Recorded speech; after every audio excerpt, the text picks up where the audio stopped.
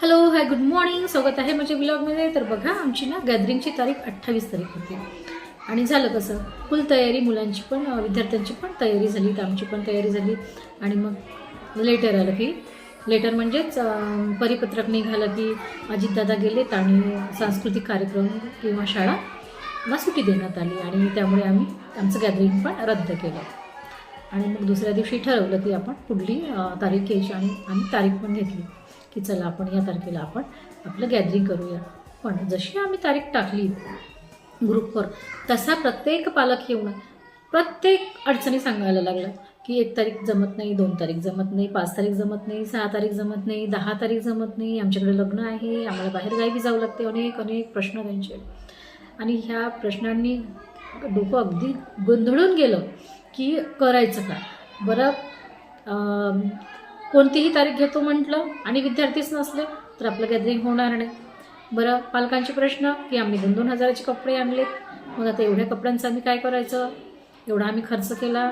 त्यामुळे शेवटी हा सगळा गोंधळ झाल्यामुळे आम्हाला मेसेज टाकावा लागला की पॅरेंट्स मीटिंग झाल्याशिवाय गॅदरिंगची डेटच ठरवल्या जाणार नाही आणि आपण तेव्हाच गॅदरिंग घेऊ, असं मेसेज टाकावा लागला. आणि तेव्हा कुठं पालक शांत झालेत.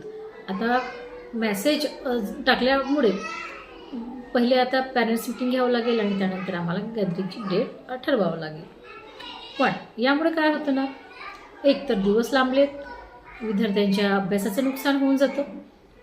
आणि दुसरी गोष्ट, अगदी छोट्या छोट्या ज्या स्कूल असतात ना, तर पालक ना अशाच स्कूलमध्ये प्रश्न विचारतात किंवा प्रश्न त्यांचेवाले राहतात. आणि मोठ्या स्कूलमध्ये काही पॅरेंटची घेणं देणं नसते. त्यांनी जे डेट ठरवलेली आहे त्या डेटला ते गॅदरिंग करतात. मग कोणी येऊ अगर नाही येऊ असं त्यांचं राहतं. आणि पालक लोक पण मग सपोर्ट करतात की नाही गॅदरिंगला आपण नेलं पाहिजे. तर अगदी छोट्या छोट्या स्कूलमध्ये असे अनेक प्रश्न येतात. आणि मग मॅनेजमेंट असो की मग स्कूलची HM असो की मग शिक्षक वर्ग असो, त्यांना अनेक प्रश्नांना मग तोंड द्यावं लागतं, त्यांना सामोरं जावं लागते. तर असे छोट्या छोट्या स्कूलचे ना प्रश्न असतात आणि मोठ्या स्कूलचे मात्र असे प्रश्न नसतात. तर तुमचं याच्यावर काय म्हणणं आहे ते नक्की कळवा. लाईक करा, शेअर करा, सबस्क्राईब करा.